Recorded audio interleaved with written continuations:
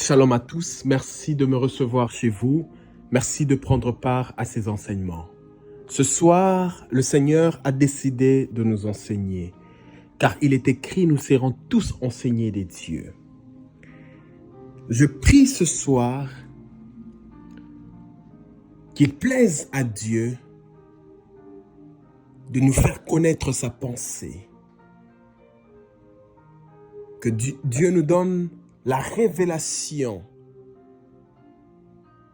et qu'il illumine les yeux de nos cœurs, qu'il ouvre nos yeux à sa lumière, afin que le message qui sera enseigné en ce jour, que cela pénètre dans ton cœur et que cela apporte la lumière, car Dieu est lumière. Nous lirons notre texte de base dans le livre de Luc, Évangile selon Luc au chapitre 5, à partir du verset 1er jusqu'au verset 11. Luc chapitre 5, à partir du verset 1er jusqu'au verset 11. Luc nous révèle comment le Seigneur Jésus-Christ a réuni les premiers disciples qu'il avait choisis. Je m'en vais lire dans le livre de Luc, chapitre 5, à partir du verset 1er. Je lirai jusqu'au verset 11. Un jour, Jésus s'était né au bord du lac de Génézareth, et la foule s'est pressée autour de lui pour écouter la parole de Dieu. La foule s'est pressée autour de lui pour écouter la parole de Dieu. Il vit deux barques près de la rive. Le pêcheur en était descendu et lavait leur filet. Jésus monta dans l'une des barques qui appartenait à Simon et pria celui-ci de s'éloigner un peu du bord. Jésus s'assit dans la barque et s'est mis à donner son enseignement à la foule. Quand il eut fini de parler, il dit à Simon, « Avance plus loin, là où l'eau est profonde, puis toi et tes compagnons, jetez vos filets pour pêcher. » Simon lui répondit, « Maître, nous avons peiné toute la nuit sans rien prendre. Mais puisque tu me dis de le faire, je jetterai le filet. » Ils le jetèrent donc et prirent une si grande quantité de poissons que leurs filets commençaient à se déchirer. Ils firent alors signe à leurs compagnons qui étaient dans l'autre barque de venir les aider. Ceux-ci vinrent et ensemble ils remplirent le débarque de tant de poissons qu'elle enfonçait dans l'eau. Quand Simon-Pierre vit cela, il tomba aux genoux de Jésus et dit, « Éloigne-toi de moi, Seigneur, car je suis un homme pécheur. » Simon, comme tous ceux qui étaient avec lui, était en effet saisi de crainte à cause de la grande quantité de poissons qu'ils avaient pris. Ils en étaient de même des associés de Simon, Jacques et Jean le fils de Zébédée. Mais Jésus dit à Simon, « N'aie pas peur, désormais ce sont des êtres humains que tu prendras. » Ils ramenèrent alors leur barque à terre et laissèrent tout pour suivre Jésus. Que le Seigneur bénisse sa parole. Frères et sœurs, bien-aimés, peuple des dieux, dans ce texte, le Seigneur Jésus est à l'œuvre. Il est en train d'exercer sa mission, ce pourquoi il a été envoyé sur cette terre. Les Saintes Écritures nous révèlent que la foule s'est pressée autour de lui pour écouter la parole de Dieu. Jésus, c'était un homme qui enseignait la parole de Dieu. C'était un homme qui avait la connaissance de la parole. Il avait la révélation. En lui, il avait l'esprit du Dieu très haut. Voilà pourquoi Jésus pouvait déclarer qu'il est fils du Dieu vivant. Et lorsque nous lisons dans le livre de Actes des Apôtres, chapitre 10, à partir du verset 38, vous allez remarquer que l'apôtre Paul dit ceci, il dit, vous savez comment Dieu a oint de son esprit. Dieu a oint de son esprit. Il a déposé son esprit sur Jésus de Nazareth. Jésus de Nazareth allait de lieu en lieu, faisant du bien et guérissant tous ceux qui étaient sous l'empire du diable. Pourquoi? Parce que l'Esprit de Dieu était avec lui. Jésus de Nazareth, c'était un homme choisi par Dieu. Jésus, c'était un homme choisi pour servir Dieu. Il était un homme au service des dieux. Il parcourait des villes et des villes. Il enseignait la parole de Dieu. Et dans ce texte, il arrive en Galilée. Et là, en Galilée, il y avait un lac qu'on appelait Génézareth. Il décide de s'arrêter là. Lorsqu'il arrive dans ce lac, il remarque à gauche, à droite, au nord, au sud, à l'est, à l'ouest, il y a des gens qui se pressaient. Il y a des gens qui venaient de partout. Les gens prenaient plaisir. Les gens étaient réjouis lorsqu'ils écoutaient les paroles sortir de la bouche de Jésus de Nazareth. La foule s'est pressée, la foule arrive où il y avait Jésus de Nazareth. Ils entourent Jésus pour écouter la parole de Dieu. Alors Jésus va se décider d'enseigner la foule. Jésus voit 2 barques au bord du lac. Il voit 2 barques au bord du lac. Et on nous dit que ces barques appartenaient aux pêcheurs, aux gens qui faisaient l'activité de la pêche. Les pêcheurs en étaient descendus et ils lavaient leurs filets parce qu'ils avaient travaillé toute la nuit. Alors Jésus est en train de chercher un endroit pour se mettre afin de bien enseigner la foule. Alors il décide de monter dans l'une des barques. Il décide de prendre la barque de l'homme qu'on appelait Simon. Il prend la barque de Simon. Et Jésus s'assoit dans cette barque et il se met à enseigner la parole de Dieu. Et quand il eut fini d'enseigner, il a fini de parler, il remarque quelque chose. Il appelle Simon parce qu'il était dans la barque de Simon. Il dit à Simon, avance où l'eau est profonde, puis toi et tes compagnons, jetez vos filets pour attraper du poisson. Jésus remarque que il y a quelque chose qui n'allait pas avec Simon. Lorsqu'il a demandé la barque de Simon pour enseigner à la foule, certainement, Jésus avait déjà pris connaissance de l'état auquel Simon se retrouvait ce jour-là. Jésus connaissait. Il n'avait pas besoin qu'on puisse le renseigner sur qui que ce soit. Parce qu'il avait la possibilité de sonder l'existence.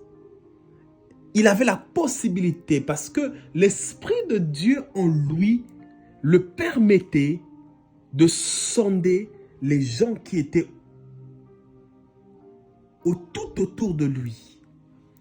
En quelque sorte, on pouvait appeler Jésus un prophète.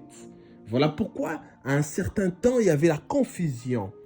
Les gens ne comprenaient pas qui était réellement Jésus. Est-ce un prophète? Est-ce un envoyé de Dieu?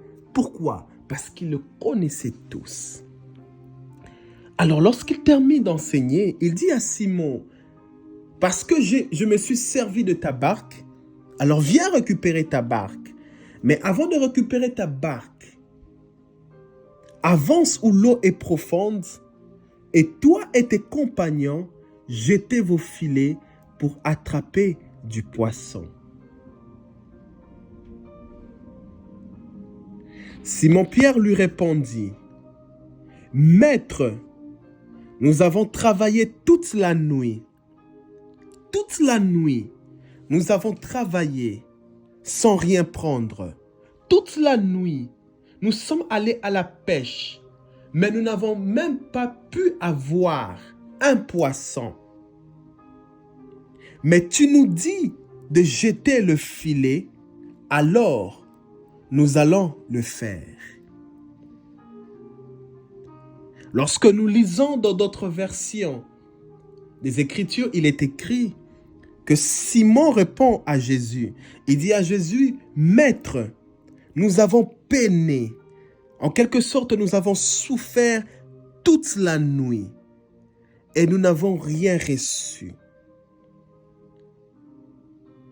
Nous avons sémé sans rien récolter. Mais puisque c'est toi qui as parlé, puisque c'est sur ta parole, nous jetterons nos filets. » Alors lorsqu'ils ont obéi à la parole qui sortait de la bouche de Jésus, ils ont jeté leurs filets. À la grande surprise, ils ont reçu un très grand nombre de poissons, jusqu'au point que leurs filets commencèrent à se déchirer. Quand Simon-Pierre vit cela, il tomba aux genoux de Jésus et dit, « Éloigne-toi de moi, Seigneur, car je ne suis pas digne de recevoir la grâce. Je suis un homme qui pratique le mal. Je ne suis pas digne de recevoir cette faveur que je viens de recevoir. » Et la foule était saisie de crainte à cause de ce qui venait de se faire. Tout le monde s'étonnait. Qu'est-ce qui se passe? Des gens qui ont travaillé toute la nuit, sans rien prendre, mais sur la parole de Dieu,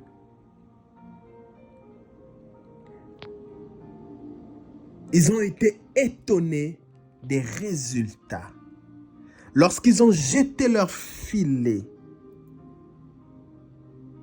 ils n'ont pas compris, ils ont reçu un très grand nombre de poissons. Et Jésus dit à Simon, « N'aie pas peur, à partir de maintenant, ce sont des gens que tu prendras.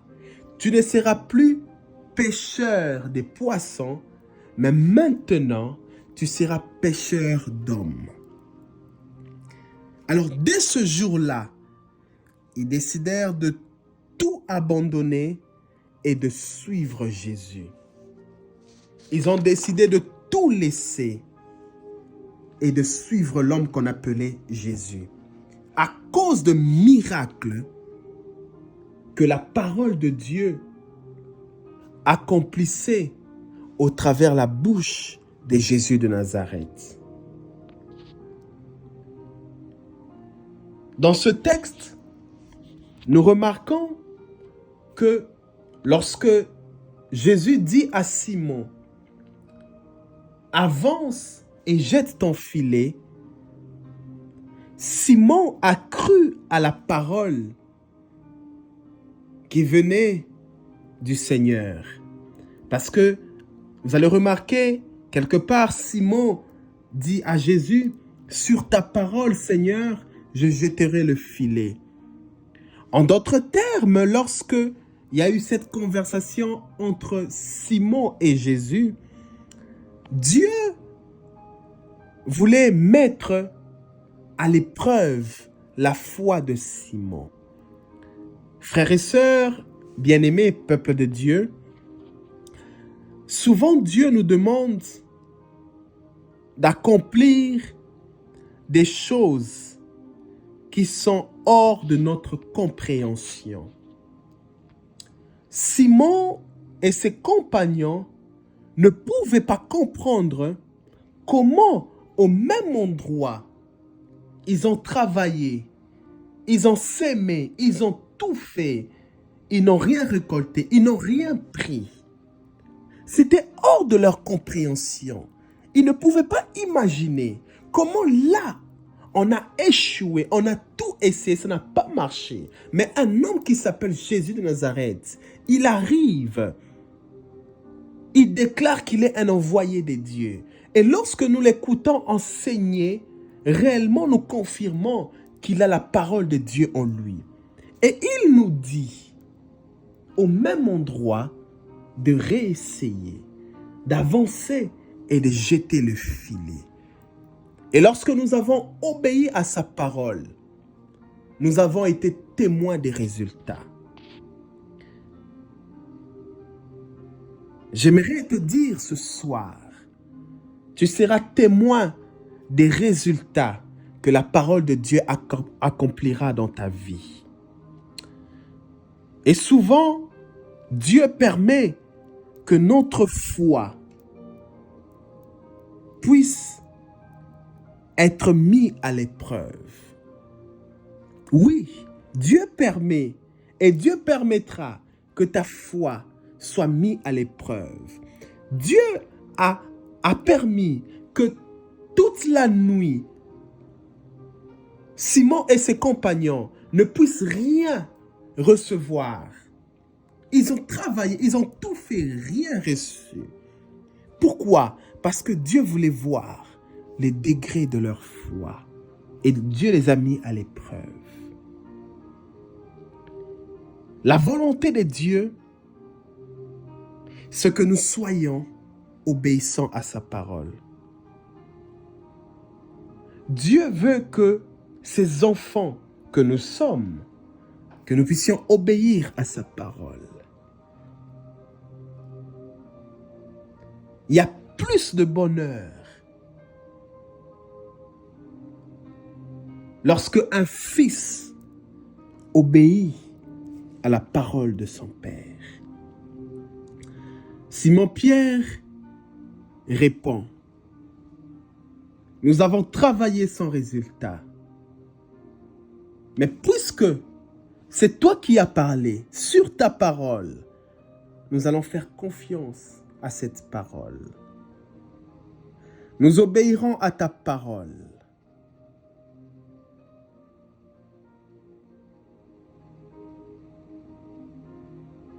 Pierre et ses compagnons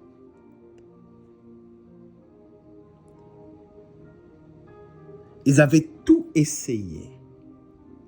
Certainement, ils avaient fait des grands sacrifices, des grands efforts.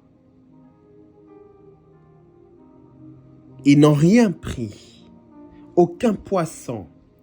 Certainement, ils étaient épuisés, découragés. Ils étaient même sur le point de tout abandonner, prêts à renoncer. Mais c'est en ce moment-là que Jésus de Nazareth leur demande, allez et essayez encore une seconde fois. J'aimerais dire à quelqu'un ce soir, Dieu me dit de te dire, tu as essayé, ça n'a pas marché, tu as tout fait, rien ne marche, ne te décourage pas, ne baisse pas les bras, avance encore, car ta lumière arrive. Oui, essaye encore, cette fois-ci, parce que Dieu a parlé. Tu as obéi à cette parole. Tu auras des résultats. La situation auquel Pierre et ses compagnons se retrouvaient pouvait engendrer en eux un profond désespoir. Mais non, ils n'ont pas laissé la place au désespoir. Ils ont gardé la confiance. Ils ont obéi à la parole. Ils sont allés. Ils ont jeté leur filet et ils ont reçu le poisson. Pierre avait beaucoup d'expérience. Simon-Pierre avait beaucoup d'expérience dans le domaine de la pêche. Mais cela n'a servi à rien. Malgré son expérience, malgré sa connaissance dans la pêche. Mais lorsqu'il a associé la parole de Dieu dans ce qu'il faisait, lorsqu'il a obéi à cette parole, son expérience, son intelligence et la parole de Dieu a créé le surnaturel dans sa vie.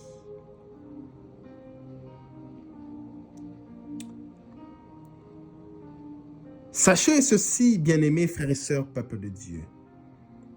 L'histoire de ta vie est loin d'être finie. Seul Dieu a le dernier mot. Ne crois jamais que parce que tu as essayé, tu n'as rien reçu comme résultat. Ne crois jamais que tout est fini pour toi, qu'il n'y a plus d'espoir. C'est du mensonge. Aucun être humain a le pouvoir de mettre fin à la vie de son prochain. Seul Dieu a ce pouvoir. Alors lorsque Dieu n'a pas encore dit son dernier mot, crois. Et lorsqu'il parlera, obéis à ce qu'il te dira. Lorsque vous écoutez les instructions de Dieu, ces instructions sont toujours simples. Dieu ne te dira jamais de faire ou Dieu ne te donnera jamais des instructions compliquées. Non. Les instructions de Dieu sont toujours simples. Une simple parole, une simple déclaration. Mais lorsque vous obéissez à cette instruction, c'est là que cette parole produit un effet et les résultats deviennent palpables.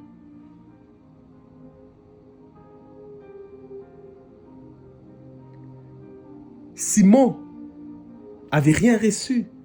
Il a travaillé toute la nuit. Il est allé pêcher avec ses compagnons. Ils n'ont rien reçu.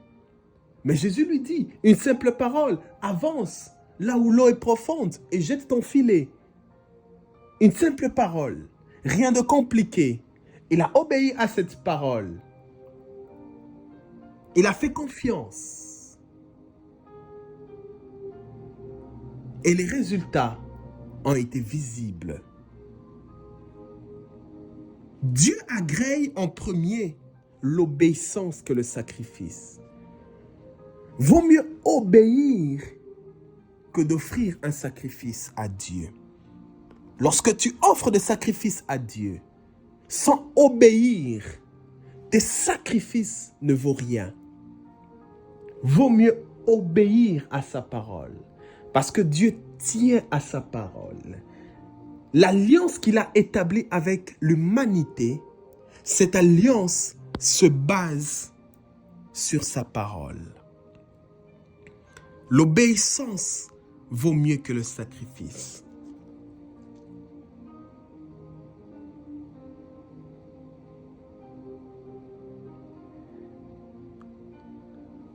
Là où tu as essayé, ça n'a pas marché. Là où tu as échoué, ne te décourage pas.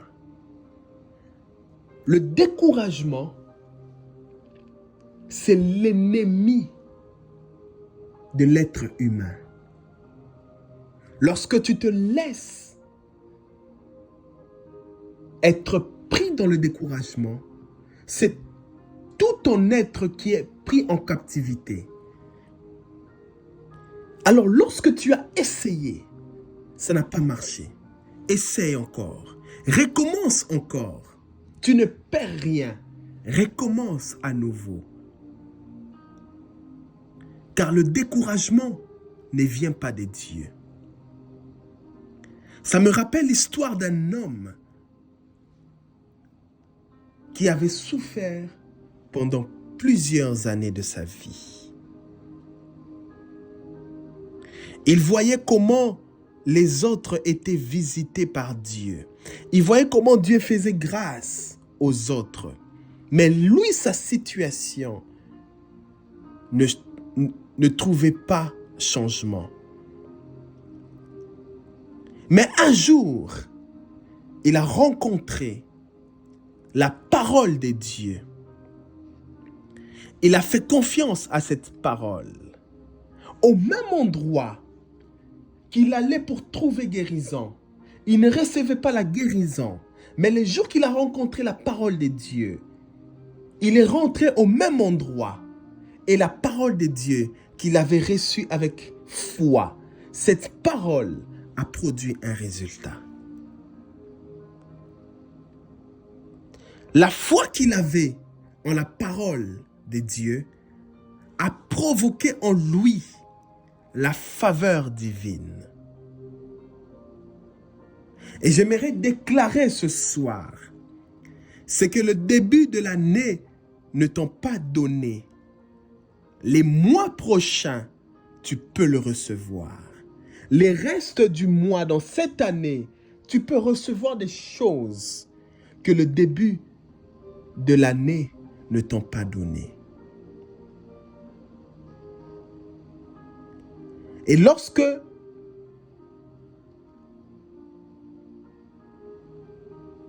nous lisons les Écritures, nous remarquons que à chaque fois que des gens échouaient dans un certain domaine ou dans un lieu, lorsqu'ils venaient auprès de Dieu, lorsque Dieu parlait sur leur situation, Dieu ne leur délocalisait jamais. Dieu ne leur changeait jamais un lieu géographique. Au même endroit qu'ils échouaient, Dieu leur disait « Retournez au même endroit ». Et lorsqu'ils obéissaient à cette parole, ils retournaient, ils avaient des résultats et ils étaient saisis d'étonnement.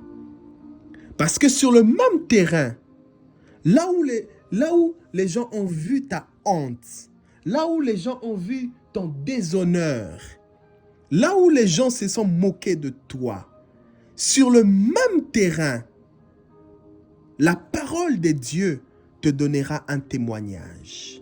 La première fois, tu es parti avec ton expérience, avec ton savoir.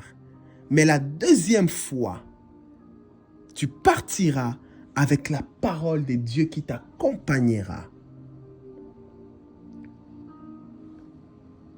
Le miracle que Simon a vu avec ses yeux a mis dans son cœur une grande confiance en Dieu.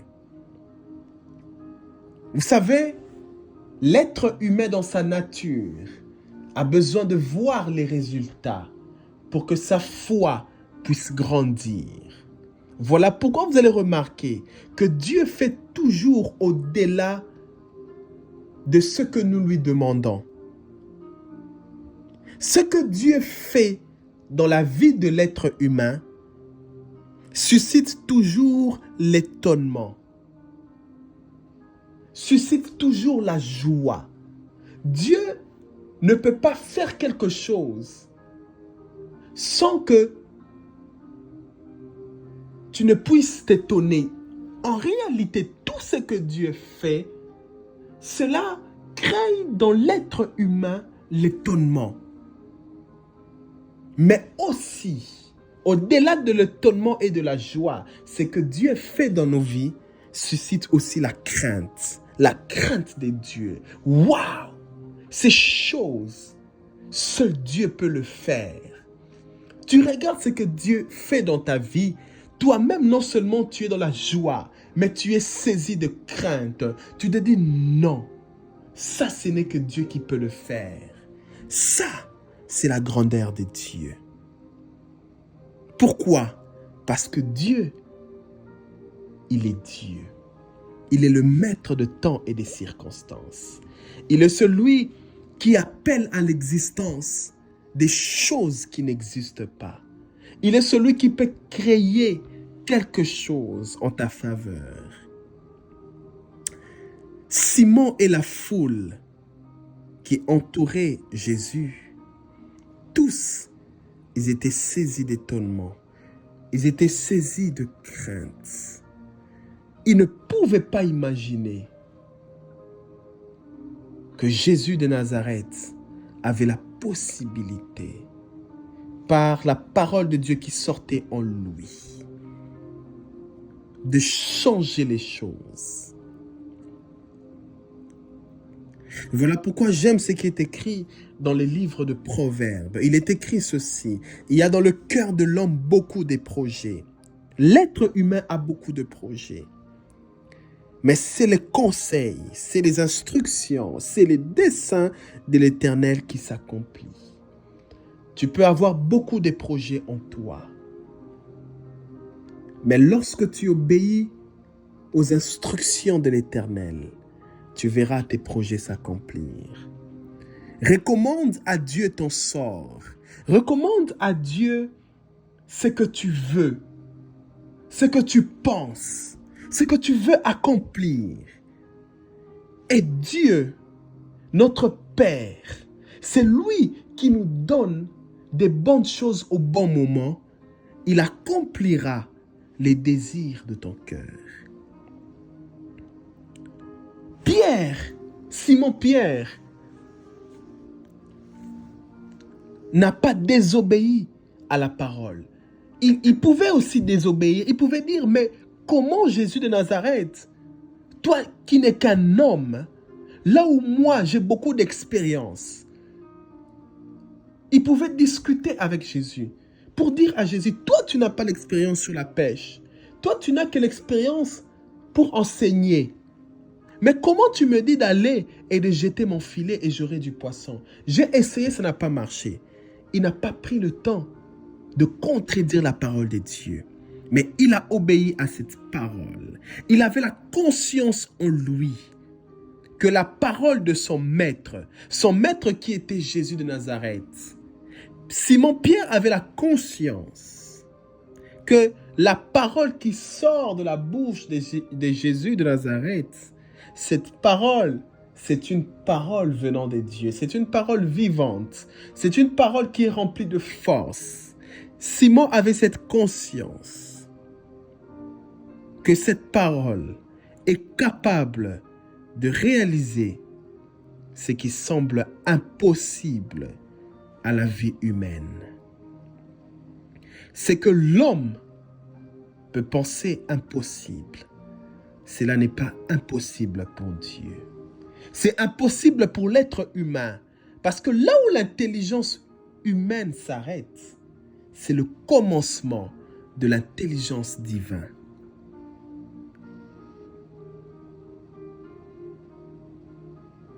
Que quelqu'un puisse déclarer ce soir: Seigneur, sur ta parole, je reprendrai courage. Seigneur, sur ta parole, je reprendrai courage. J'avancerai encore. Là où j'ai échoué, je ne veux pas me décourager.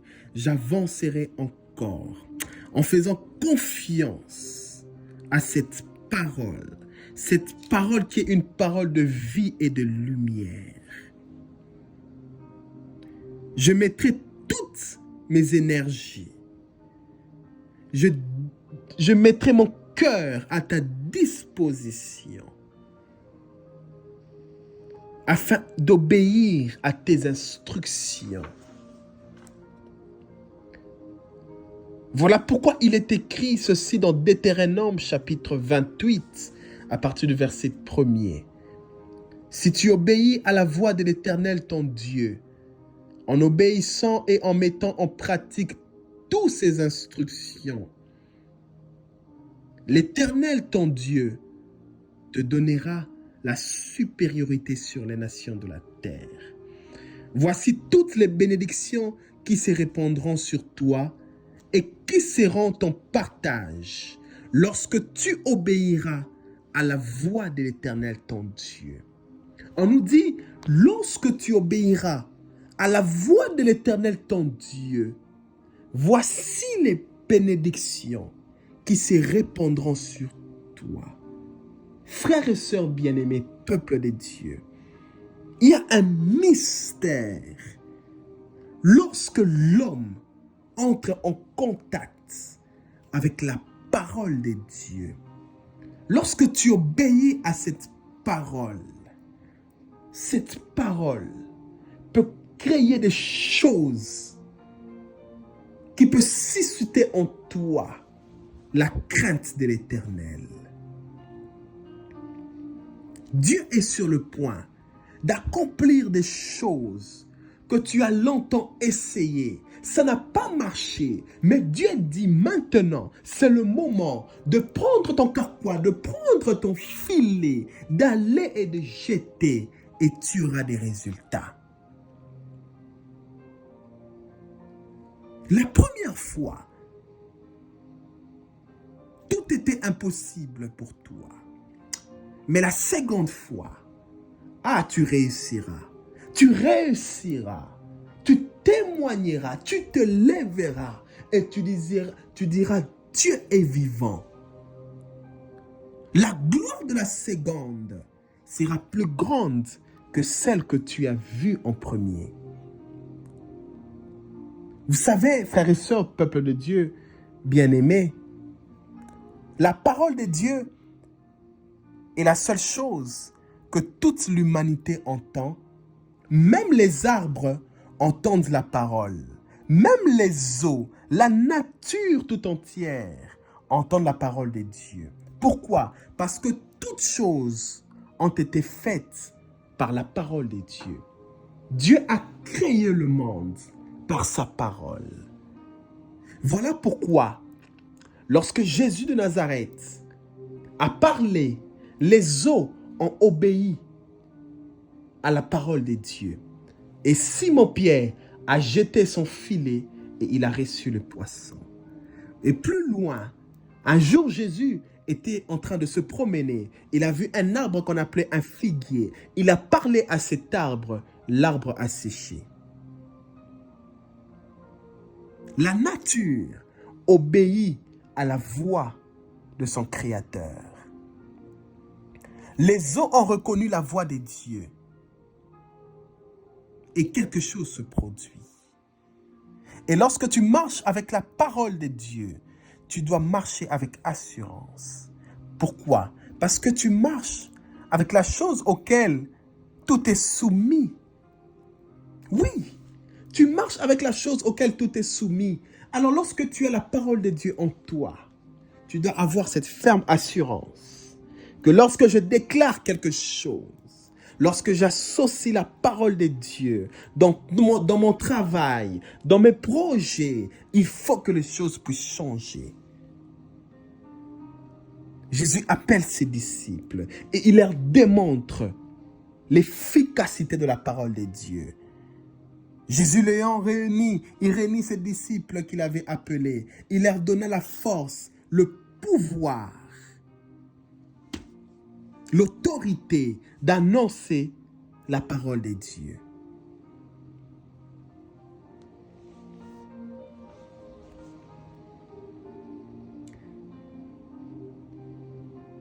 Lorsque Jésus de Nazareth se mettait à parler, lorsqu'il se mettait à déclarer la parole, il y avait toujours quelque chose de différent de celle des hommes ordinaires. Lorsque Jésus déclarait la parole, lorsqu'il enseignait, les gens sentaient en lui quelque chose quelque chose qui n'est pas de ce monde. Parce qu'il y avait des spécialistes des Écritures. Il y avait des maîtres de la loi. Mais lorsque Jésus de Nazareth se mettait à enseigner, il y avait toujours la différence. Pourquoi? Parce qu'en lui, Dieu avait mis quelque chose. Voilà pourquoi il pouvait déclarer qu'il est le chemin qui conduit vers le Père. Dieu ne peut pas faire pour vous quelque chose sans que vous ne puissiez croire d'abord. Tout commence par croire. Et celui qui croit a la possibilité d'obéir.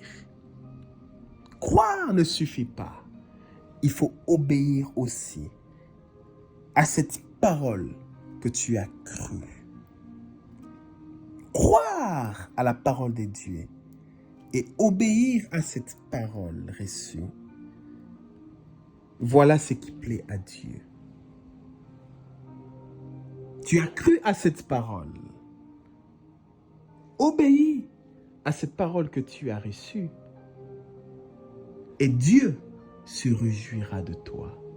Et tu verras, si tu appliques cet enseignement, la clé de cet enseignement,